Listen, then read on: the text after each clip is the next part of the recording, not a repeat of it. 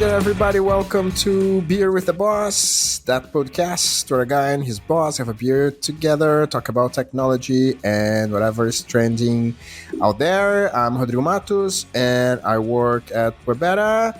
And here with me, I have my co-host. Without the beard? Without the beer, but with beer. I'm Joe Zamboni, CEO at Webera and co-host of the show. I'm here to pour a pint of knowledge on the latest tech trends and news. Cheers for another episode of The Beer with the Boss. Cheers, Joe. What you drinking today? I didn't finish that box yet, so I still have to learn. I bought too many. We're not being paid for it. It's not an advertisement. No, it's not an advertisement. It's a good beer, but it's not an advertisement. So it's an Oktoberfest, this one. Marzing, I'm not sure. It's good. This is good. I like this beer. How about you, Rodrigo? I'm drinking, I think I had one of this in another episode in season 1. It's a Colorado Ribeirão Lager, just a Brazilian lager with a little bit of orange zest. So it's very refreshing. It's very hot here now, so it's a very good one. And I'm drinking a very big bottle on my own. This week on Beer with the Boss... It's over. Sorry? Friday is over. Yeah.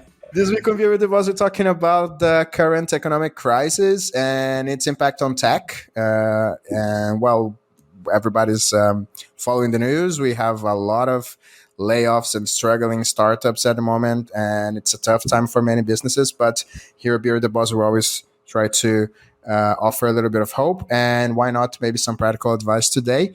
So, Joe, I want to ask you, as CEO and founder of a tech company, how do you see everything is happening right now in the market? Unfortunately, another day.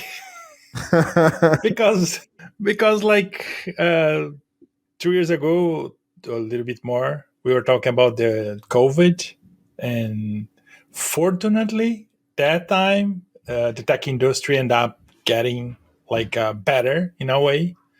But at the beginning of the crisis, we all braced for impact, right? We didn't know what's going to happen. Everyone tried to be not moving too much. Then now I think maybe at that time the companies end up hiring too much, to thinking that everybody will be working from home and everything will be online.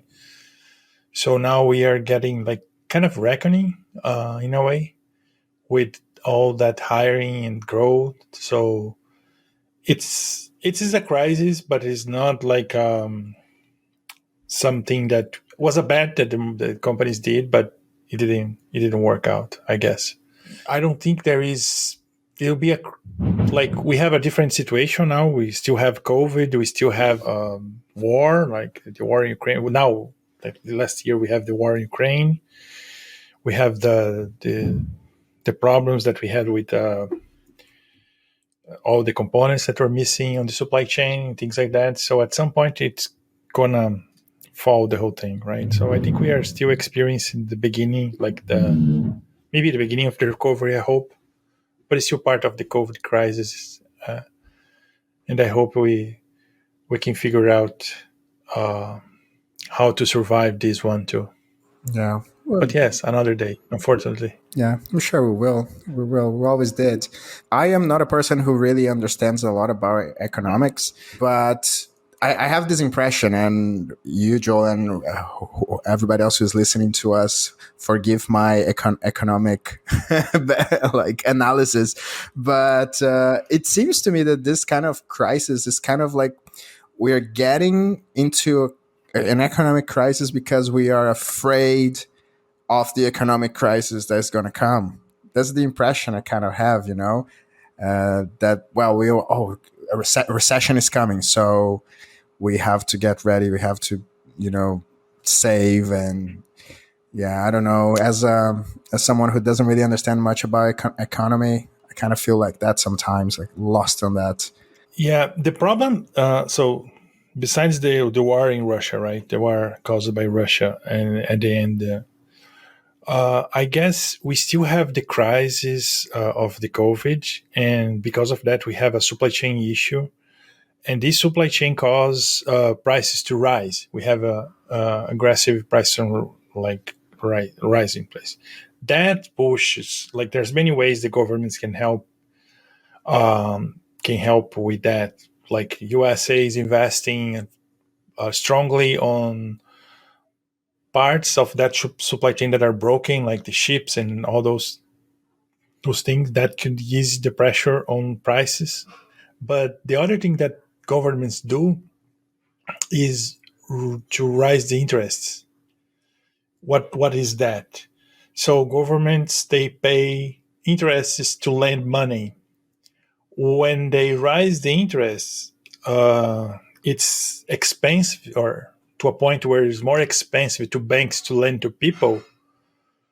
They start to lend to the government, and then or they lend to people with a higher interest rate, which people look as like, I'm not buying my house now, I'm not doing this now. So people start to put a hold on dreams and things, the new car and all those things, which end up easing the pressure on the inflation, because you don't have so many people buying new things. And like an example, you can say, what a people buying car impact on a fridge or something like that. Well, I think a car has 3,000 chips and a fridge has like 300 or so, something like that. Those days, like components, electronic components or something like that. We think was like, yeah. So we are all.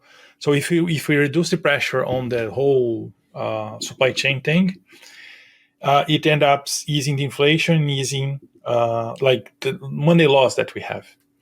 On the other hand, when people see the government increasing the interest, people start to be afraid to pay more interest.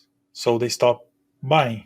So the crisis will end up coming at All right. some point. Like it forces, because it takes money from the market. So it's not unfounded. The people are afraid with a reason. That makes sense. There was a point, I believe, a couple, maybe 5-7 years ago, that the EU was actually, I think it was the EU or England, I don't remember who, they were actually charging for people to keep their money. Like when you lend money to the government was like negative interest. Oh, Like, God. okay, you can keep it, like, or so safe that to the government to keep the money, you have to pay the government. It was like absurd. Because, or what happened with the oil, like just at the beginning of the COVID crisis, that the price of the oil went negative, was because the way that the oil works, it's like you have a constant flow of oil. If you interrupt, or if you push too much, or if you push too little, you break that flow. So when they decide, oh, we now have to stop, then they have all that oil that they have to slowly stop the pumps, or the process of, and then it created like a extra amount of oil. They didn't have where to put it, so they like, someone take this from me, I pay for you. So the price of oil went negative at few days, I believe, if I remember well, because I remember that. they didn't have where to put it, the oil. So I guess it doesn't make sense for investors, right, to invest in startups and new businesses if the interest rate pays more if they lend money to the government, right?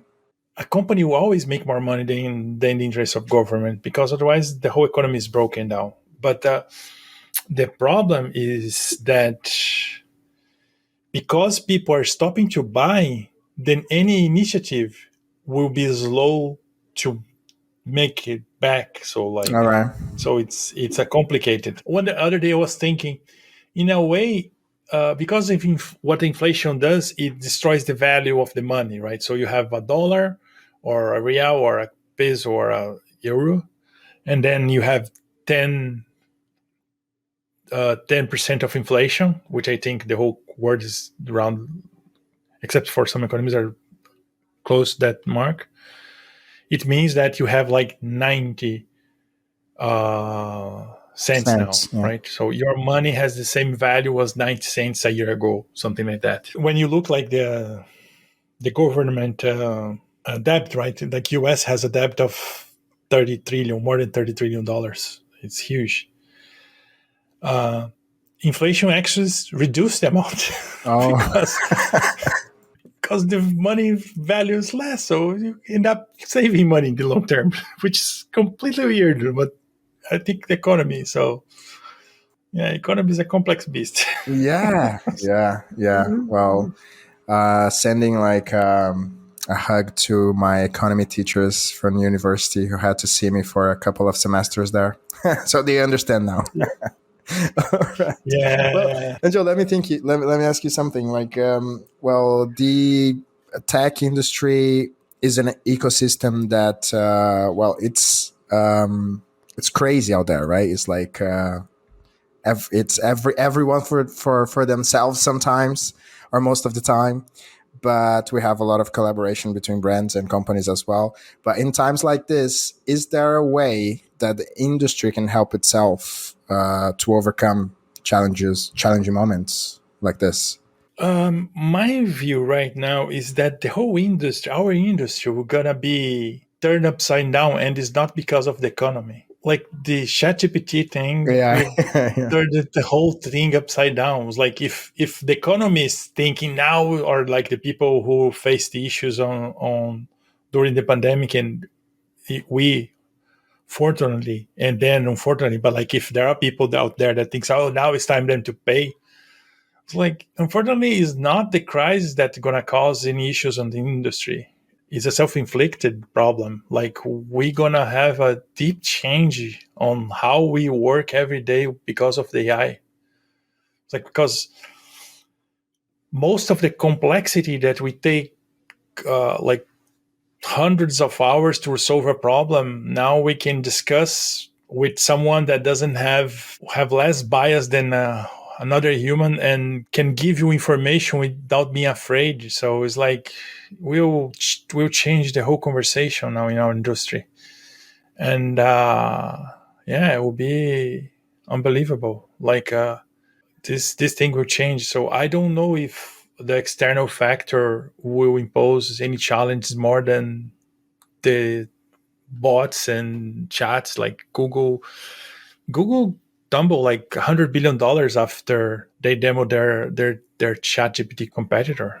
it's Bard, So right? Bard, yeah, not it's like mistaken. because it made one mistake, and I kind of understand the mistake. Like if you get, when I read first time, I was like, yeah, like you can say that James Webb wasn't the first one to take a picture because many of the others took a picture, but like the quality of the James Webb picture was unimaginable much better. So it was like No, you're giving too much credit to the old one. It's like if the AI says like, "Oh, that's not a picture," it's like this is one. This one is a yeah, picture. So I kind of understand the point of view of the AI, but also there's so much bias on the internet now. I don't remember now, but there was an information about one substance. I forgot now, but the information was very like small. It was like one study that gave that information, and then there was a lot of marketing on the web to giving other ideas with that substance, not the original one. I don't remember. The other day I went to search that information. I wasn't able to find on Google hmm, because there was so much marketing around the other benefit of the substance that I wasn't able to find even the article. I'm the glad that I original had article. saved Yeah, on my bookmark. Yeah, I wow, was like, that is unbelievable. Like the real thing get buried because of the marketing that lobby. is on Yeah, Google. yeah, Lobby, we could call lobby. It's like yeah. so. It will be. I think the most interesting about ChatGPT also is that there is another opinion on the internet other than Google. Yeah. So unfortunately, it's Microsoft now, but whatever. Yeah, no, nobody's perfect. I don't know. AI is very intelligent. So maybe they're just gonna, you know, kick Microsoft's butt one day as well. Yeah, Uh, but it's statistics, right? It's in the end, it's statistics. It's like, how can I say? In a way, humans are statistics, right? The ones who survive more, is the one who tells the story. So that's why the good always win in the Yeah. end, right? Because it's the ones Hmm. who survive who tell the story.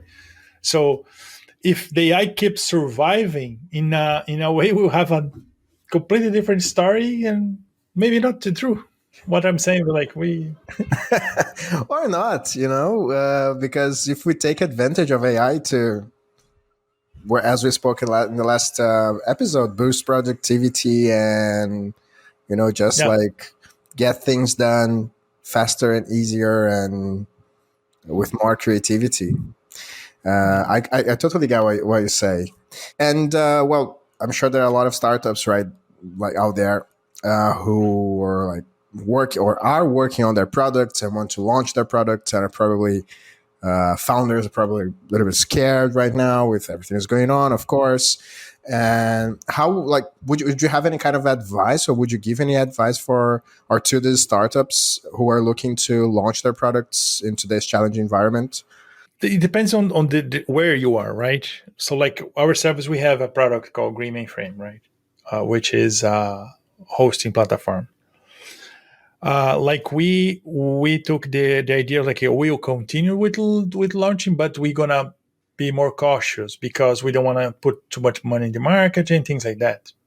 If you have an idea that you didn't start yet, like you literally like thrown in your basement and it's your side gig, keep as a side gig. Don't that's not the time, I believe, unless it's like the next chat GPT, right?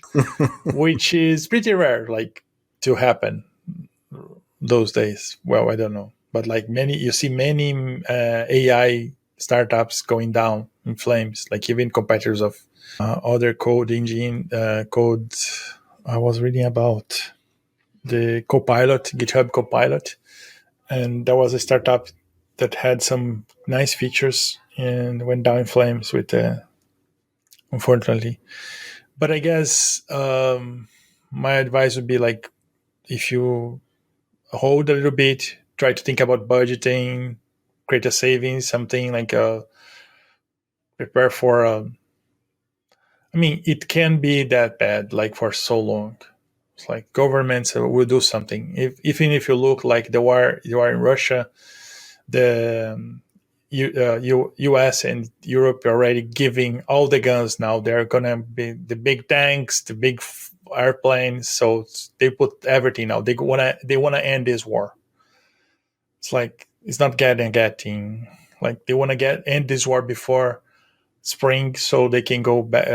Ukraine produce a lot of food, so Ukraine can go back to work, and Europe can go back to 70 years of peace that they had there, almost peace. They still had some conflicts, Serbia, Yugoslavia, things like that, but were very